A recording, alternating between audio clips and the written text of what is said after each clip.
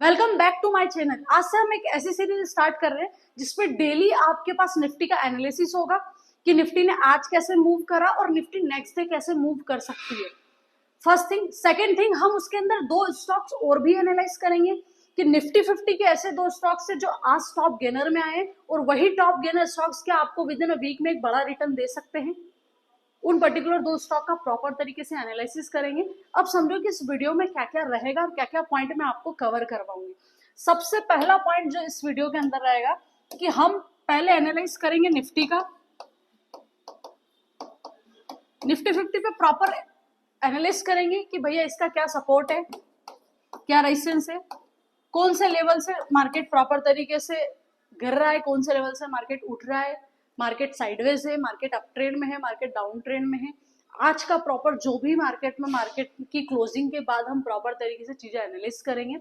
उसके बाद हम नेक्स्ट डे का समझेंगे कि नेक्स्ट डे मार्केट कैसा मूव कर सकता है, क्या क्या इंपॉर्टेंट लेवल्स है जो आपको प्रॉपर तरीके से ध्यान रखना है, जिसको आपको मार्क करके रखना है कि अगर उस लेवल्स पे मार्केट आ रहे हैं तो हो सकता है कि आपको एक बड़ी एंट्री मिल सकती है वहां पर, चाहे पुट साइड की हो चाहे आपकी कॉल साइड की हो।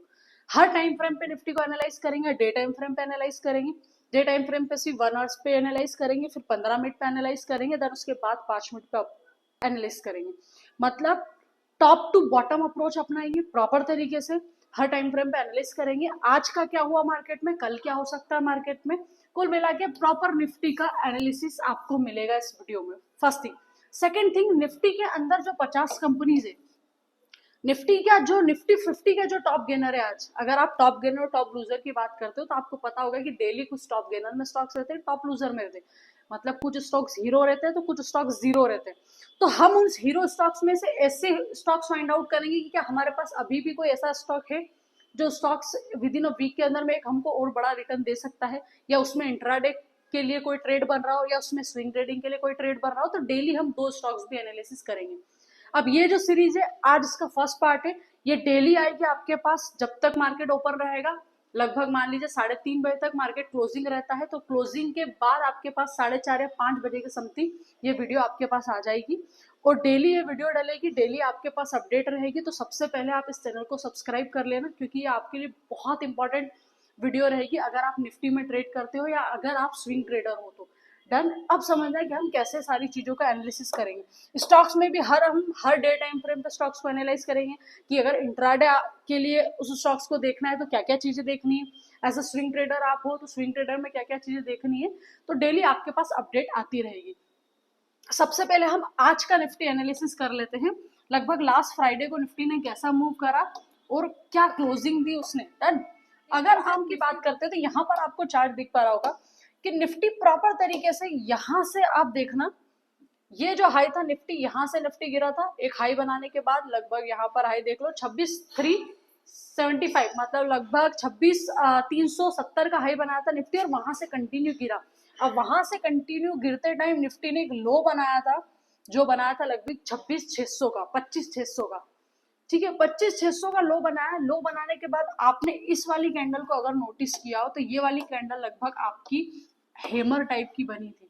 अब ये कैंडल जब बनी थी तो लग रहा था कि यार निफ्टी यहाँ से सपोर्ट लेके अपसाइड जा सकता है, लेकिन 1 2 3 4 4 दिन तक कंटिन्यू निफ्टी एक ही रेंज में चला और चारों दिन तक आपने देखा कि इस वाली कैंडल ने जो लो बनाया, लगभग ये हेमर ने जो लो बनाया था वो लगभग बनाया था आपका 25,470 का, 25,470 था। नेक्स्ट डे जो निफ्टी की जो कैंडल बनी, जो ये आपको रेड कलर की दिख रही है, वो रेड कलर की कैंडल ने इसके लो तक मार्केट नहीं आया, उसकी नेक्स्ट कैंडल भी नहीं है और लास्ट फ्राइडे की भी कैंडल ने लो नहीं तोड़ा। मतलब हमको यहाँ पर एक चीज तो समझ आ रही है कि यार निफ्टी एक रेंज में चल रहा है, मतलब ये वाली एक रेंज बन रही है। अब हमको ऐसे कौन कौन से लेवल है जिसको मार्क करके चलना है, वो जो सबसे इंपॉर्टेंट लेवल हो सकते हैं। सबसे पहले आप नीचे एज सपोर्ट मार्क कर लो इस वाले लेवल को। अब ये लेवल कौन सा आ रहा है, यहाँ पर देखोगे आप तो इसको मार्क कर लो आप लगभग 25,600, 25,600 एज सपोर्ट मार्क करके छोड़ देना आप। और नीचे अगर आप आ रहे हो तो 25,600 के बाद आप 25,470 या 25,450, ये दो आप सपोर्ट मार्क करके छोड़ दो। अगर 25,450 से भी मार्केट नीचे गिरा तो बहुत ज्यादा मार्केट एक डाउन साइड जा सकता है। डन। उसके बाद अगर अपसाइड का अगर मैं आपको बताऊं तो यहाँ पर सबसे पहले मान लीजिए फॉर एग्जाम्पल की कोई भी कैंडल निफ्टी अगर मंडे को एक अच्छा मूव करे और ये वाली रेंज का ब्रेकआउट होता है, मतलब 1 2 3 4 5 कैंडल का अगर ब्रेकआउट कर होता है तो निफ्टी एक अच्छा खासा विद इन पूरे वीक तक एक अच्छा मूव कर सकती है। तो अगर रेंज का ब्रेकआउट होता है तो एज अ रेजिस्टेंस सबसे पहले आप मार्क कर लेना कि पहला जो आपका रेजिस्टेंस रहेगा लगभग ले लो आप 26,100, एंड देन सेकंड रेजिस्टेंस आपका मार्क कर सकते हो आप ये वाला, ये जो लेवल है यहाँ से भी मार्केट प्रीवियस भी अगर आप देखोगे तो यहाँ से भी मार्केट बहुत बार गिरा है। तो हो सकता है कि एक बार यहाँ पर आने के बाद सेलर्स एक्टिव हो लगभग 26,200 के समथिंग। तो ये दो लेवल है 26,200 और 26,100 एज अ रेजिस्टेंस मार्क कर लो। और नीचे अगर आपको मार्क करना तो ऑलरेडी मैं बता चुकी हूँ लगभग 25,450, और इधर आप देखोगे तो आप ये मार्क करके रख लो 25,600। ये सपोर्ट हो गया, ये लेवल को मार्क करके छोड़ देना और फिर देखना कि निफ्टी मार्केट में अगर मंडे को गैप अप ओपन होता है या निफ्टी सेम उसी रेंज में अगर ओपन होता है तो मार्केट कैसे मूव कर रहा है। आई होप आपको यहाँ तक क्लियर हुआ होगा। हम डेली यही एनालिसिस करेंगे कि हम सिर्फ सपोर्ट रेजिस्टेंस मार्क करके छोड़ देंगे, फिर देखेंगे कि निफ्टी कैसा मूव करता है। डन। अब अगर हम यहाँ पर ये मार्क कर लिया, अब उसके बाद सेम आप अगर इसके 1 आवर टाइम फ्रेम पे आते हो तो 1 आवर टाइम फ्रेम पे आपको एक चीजें समझ में आ रही होगी यहाँ पर कि मार्केट यहाँ पर भी एक रेंज में ही चल रहा है। अगर ये रेंज का ब्रेकआउट होता है तो मार्केट एक अच्छा खासा मूव दे सकता है आपको अपसाइड, और अगर इस रेंज का डाउन साइड मूव हुआ तो मार्केट बहुत ज्यादा गंदा गिर भी सकता है। तो आपको दो चीजों का ध्यान रखना। वहीं अगर हम स्टॉक्स की बात करते हैं, ठीक है, इसमें भी आप जो एनालिसिस करो निफ्टी में भी डे टाइम फ्रेम के बाद 1 आवर टाइम फ्रेम पे एनालाइज करो, उसके बाद आप 15 मिनट पे जाओ, फिर एंट्री आप बना सकते हो 5 मिनट पे। एनालिसिस हर टाइम फ्रेम पे करा करो, क्योंकि बड़े टाइम फ्रेम पे अगर आप एनालिसिस करते हो और फिर छोटे टाइम फ्रेम पे शिफ्ट होते हैं, टॉप टू बॉटम अप्रोच अगर आप अप्लाई करते हो तो चीजें आपको क्लियर कट चार्ट में दिखाई देती है। उसके बाद यही हम आते हैं कि भैया निफ्टी के कौन से ऐसे दो स्टॉक है जिसको हम एनालिसिस करना है कि मंडे को एक अच्छा मूव करे या विद इन वीक के अंदर में एक अच्छा मूव कर सकते हैं। तो वो दो स्टॉक से वो आपको टॉप गेनर में से निकालना है। मतलब आपको गूगल पे लिखना है एनएससी टॉप गेनर। जैसे ही आप गूगल पे एनएससी टॉप गेनर लिखोगे आपके सामने पेज ओपन होगा। अब आपको करना क्या है, यहाँ पर देखो बहुत सारा स्टॉक है जिन्होंने लास्ट फ्राइडे कोई 5% मूव करा, कोई 2% मूव करा, कोई 1% मूव करा। अब आपको ऐसे स्टॉक लेने जो मिड रेंज में चल रहे हो, मतलब बहुत ज्यादा लो भी नहीं हो।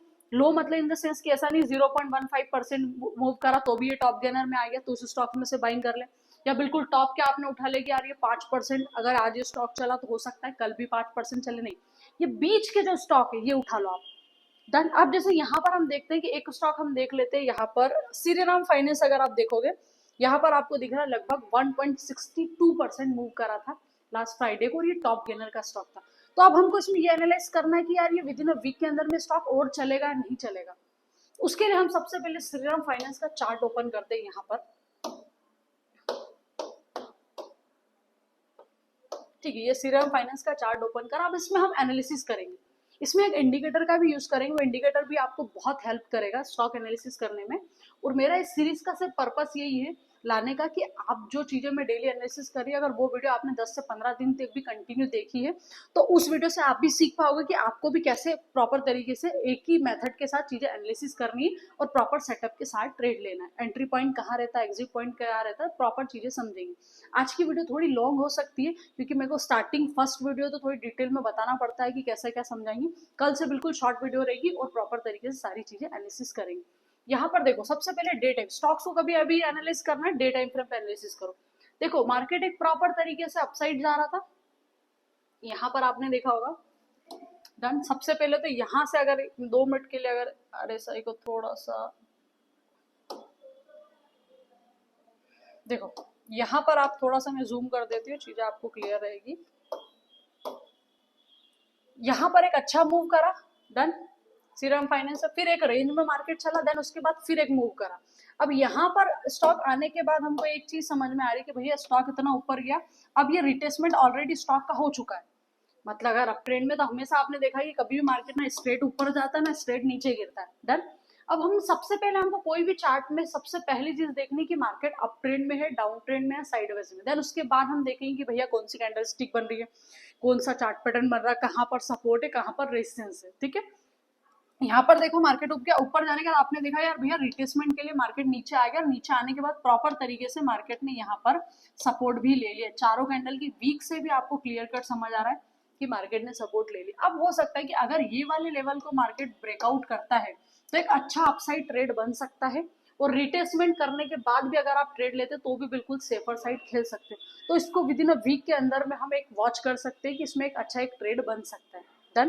मैं कोई रिकमेंडेशन नहीं दे रही हूँ आपको, मैं सिर्फ एनालिसिस पर्पस पे चीजें समझा रही हूँ। बाकी प्रॉपर तरीके से आपको ट्रेड कहाँ लेना है कहाँ नहीं लेना है, प्रॉपर तरीके से एक्सपर्टीज से पूछ कर ही ट्रेड ले आप। डन। पहला स्टॉक देख लिया।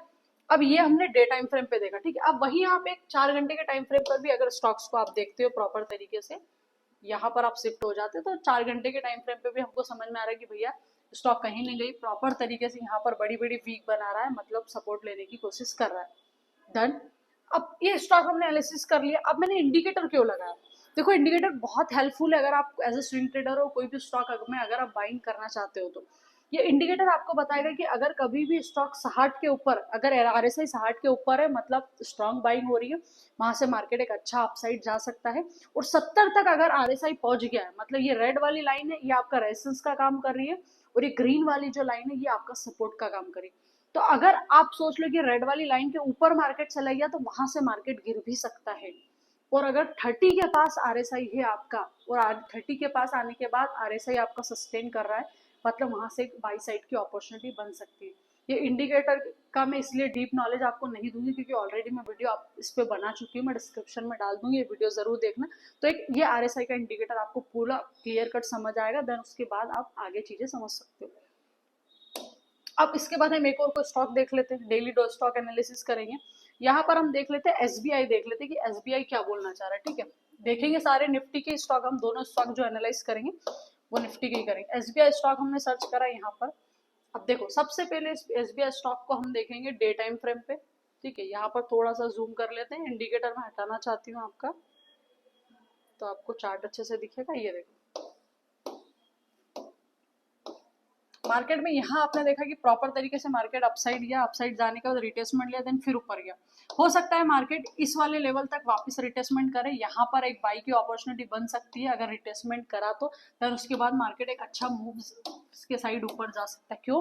क्योंकि ऑलरेडी SBI एक अप ट्रेंड में स्टॉक चल रहा है। डन। अब 4 घंटे के टाइम फ्रेम पे भी आप एनालाइज कर सकते हो, ये 4 घंटे पे करा, डे टाइम फ्रेम पे भी आप देखोगे तो चीजें क्लियर कट पता चलेगी। यार ये वाला जो लेवल था आपका, इस लेवल का ऑलरेडी ब्रेकआउट हो चुका है मार्केट में। डन।